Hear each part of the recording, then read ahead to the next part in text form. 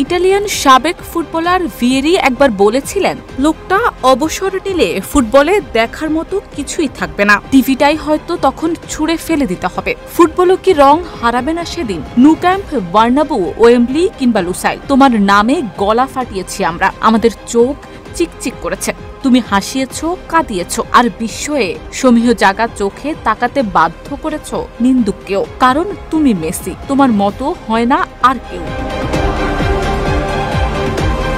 বিশ্ব যখন ফুটবলের রাজা মেসিতে মুগ্ধ হয়ে তাকিয়ে রয়, তখন বার্সেলোনার তৎকালীন ক্রীড়া পরিচালক কার্লোস রেক্সাস নামের এই ভদ্রলোকটি কোটি কোটি ফুটবল প্রেমীদের কাছ থেকে একটা ধন্যবাদ তো আশা করতেই পারেন। কারণ মেসির বাবার সাথে পেপার নেপকিনে তার করা একটি চুক্তি তো বদলে দিয়েছিল আমাদের ফুটবলে ধ্যান, জ্ঞান আর ভালোবাসার সংজ্ঞায়ন।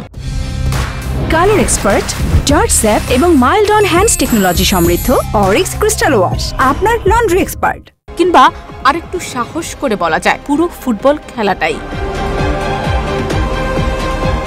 ইউরোপের শীর্ষ 5 লিগে মেসি সর্বোচ্চ গোলদাতা। এক পঞ্জিকা বর্ষে ক্লাব আর জাতীয় দল মিলে সর্বোচ্চ গোল কিংবা চ্যাম্পিয়ন্স লিগে টানা 15 মৌসুমে গোল করা একমাত্র খেলোয়াড়। এল ক্লাসিকো বা লা লিগা কোনোটাতেই তার চেয়ে বেশি গোল নেই আর কারো। নিন্দুকেরা আগে কথায় কথায় ফোড়ন কাটত, মেসি যতটা না আর্জেন্টিনার, তার চেয়েও বেশি বার্সেলোনার। এর কারণ হয়তো 2014 সালের বিশ্বকাপের ফাইনাল, 2015 আর 2016 সালের পরপর দুটো কোপা ফাইনালে হার শুধু তার ভক্তদের দীর্ঘশ্বাসী বাড়িয়েছে। আর ঠিক সে সময় 3 হারের বেদনায় নীল হয়ে অবসরের ঘোষণা দেন মেসি। ঠিক তখনই স্বয়ং ফুটবল ঈশ্বরও হয়তো পণ করেছিলেন, বিষাদে নীল মহারাজকে দেবেন সবচেয়ে রোমাঞ্চকর উপহার। তারই সেরা অর্জন হয়ে 36 বছর পর মেসির হাতেই ধরা দেয় আর্জেন্টিনার বিশ্বকাপ শিরোপা। বার্সেলোনার মেসি এখন পুরোদস্তুর আর্জেন্টাইন।